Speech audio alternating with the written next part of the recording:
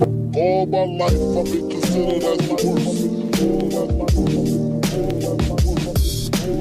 After hours, drowsy stepping, hear the sermon, hold the reverend. Long distance relationships with 777s. Who'd have guessed it? Feeling washed up before its prime mic sessions. And as for rhyming, it's his own.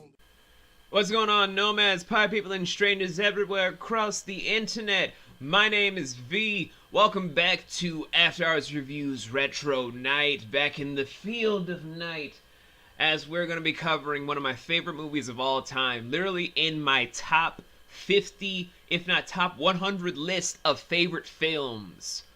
Eternal Sunshine of the Spotless Mind. Now, if you guys have never heard of this cult classic film, all I can say to you now is it's been around for 15 years now. Get the DVD, watch it on Netflix, go search for it on Hulu or Voodoo Movies, 123 Movies, wherever you can find a copy of this, and watch it immediately. Hell, you can even try and look this up on YouTube right now and purchase it for $3.99 right now. Not sponsored. And it will literally be one of the best films you will have ever seen. Wrong, wrong, wrong, wrong. Wrong, wrong, wrong, wrong. Granted, it's dated as hell, but you know, it's still viably good. So, what is Eternal Sunshine to those of you that do not know? Well, we begin the film with a very, very hungover Jim Carrey, playing the role of Joel Barish, waking up after hearing a car door slam, and himself waking up to just begin his day. He goes to his car, where it's mysteriously rammed in with some damages, where he leaves a note underneath one of the windshield wipers saying, "Thank you!" because he assumes that the person parked next to him rammed into his car late last night and just didn't do anything about it. We'll get back to that later. Where he's just trying to go to work, but for some odd reason, on impulse, he decides to go to Montauk. Where if you guys live in New York, Montauk is kind of a sad beach to go to somewhat. But while he's out there, he's just thinking to himself, maybe he should get together with some unseen character by the name of Naomi, who was his former lover that we know about. Until he stumbles across the ever-so-sexy Kate Winslet, playing the role of Clementine. She has a last name, but I can't pronounce it to save my life, so we're just gonna stick with Clementine.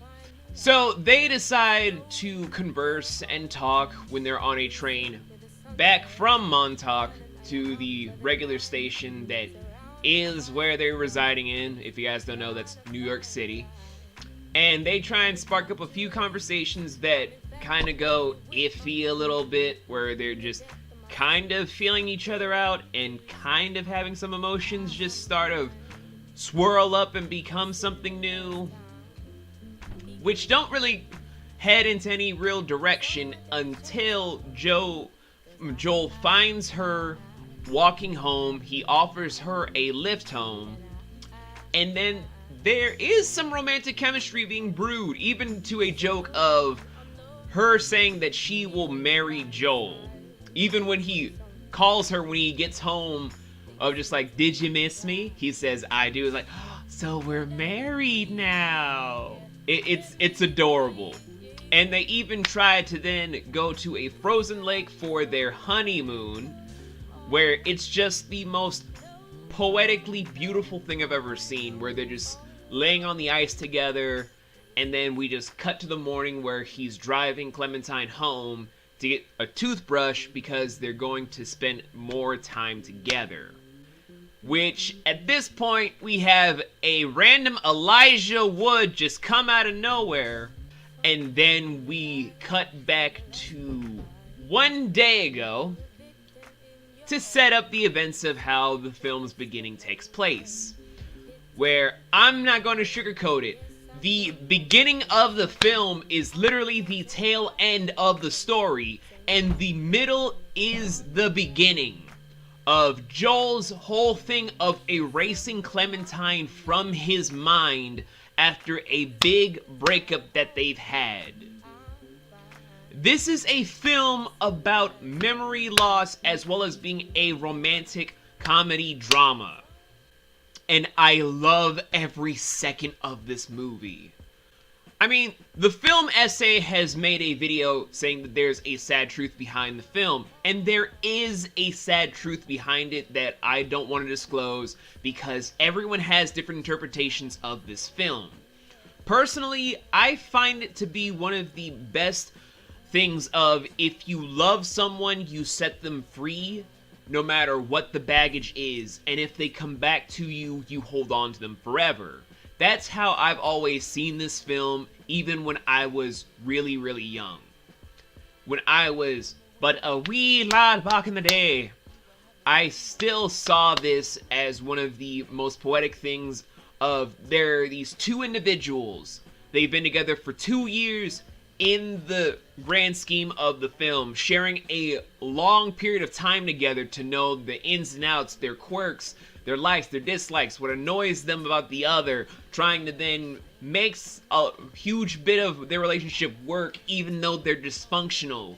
And even after a big breakup happens, where they both use this crazy technology made by one of the weirdest doctors, where there's a subplot there, along with another subplot involving Elijah Wood being one of the creepiest stalkers, as well as another thing involving a love triangle in the first subplot of the bullshit doctor, of something of a love history that is way too complicated to go into. It ultimately focuses on how Joel and Clementine's whole thing of they're dysfunctional, they have their quirks, but you can still sense that there is love. Even throughout all of the bad moments that you can just bring up because you're so angry at who you're with, you can still find that semblance of love, of all that joy, that happiness, that care, and it makes you want, if not desire, to have that more and more once you find that one person that you can see all of the good and bad and only still see that they are that one for you. If you guys can't tell why this is so important to me now more than ever, then you guys should see some of my past videos, including some of my story time videos that are going to be on Story Corner, which is going back in Resurrection soon. So you guys are probably thinking to yourselves, so this is basically Inception before Inception, and it's kind of like that, because it's a romantic comedy drama with science fictional things about it. Basically, the whole Deus Ex Machina thing about the memory thing is the doctor from the first subplot, which is too complicated to go into because of all the subtly weird hints that are thrown at you about how the love triangle is going on about it is squiggy at best.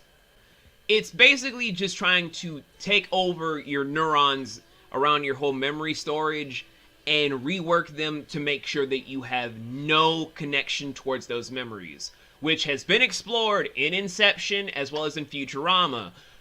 Both instances kind of placating at how ideas can be transferred into the mind or memories can be disconnected. But like anything involving a neuron or anything involving a synapse, they can always be reconnected by the smallest thing. It could be visual, it could be auditory, it could be a small little smell like sensory. There are so many different volumes into how to do this that it's insane how odd it can be. But it's a great avenue to go with it, and it's also one of the main reasons, again, why I love this film. And I'm sorry, to anyone that's trying to tell me that after all these years about how it's not as good as it could be, how it's failed as a medium, I can't see that in this movie. I would love to go into a full-blown review about this at this moment in time. I would enjoy that. Unfortunately, we do not.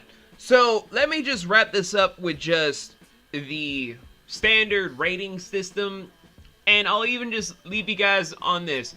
If I could get a bunch of patrons onto my Patreon to help me get financially set up and secure to do this more full-time, I will wholeheartedly do a Patreon exclusive review of Eternal Sunshine. Happily. And then release it completely on YouTube, edited completely user-friendly for copyright reasons. Happily. I will do that in this video as a declaration. But let's get into the whole thing about the rating. As one of my favorite films in the top 100 bracket, I automatically will give this, for nostalgia purposes, a 12 out of 13. Out of nostalgia. But as a critic for all the stuff I do know and will get into eventually. I say eventually because we have no idea what the future holds. Eventually, if we get to that point, I will wholeheartedly say it's a 11.1 out of 13. Both brackets, it will be a B+, and it is awarded 5.5 out of 7 stars. It's still great. It's still one of my favorite films of all time, but the stuff we could get into is a little bit why, for nostalgia's sake and for critics' sake, it's two different spectrums. Two not that different, but still prevalent spectrums. As next time, I'm going to be doing something that Amethyst and I saw recently that I find to be the new age Iron Giant. You crazy mother.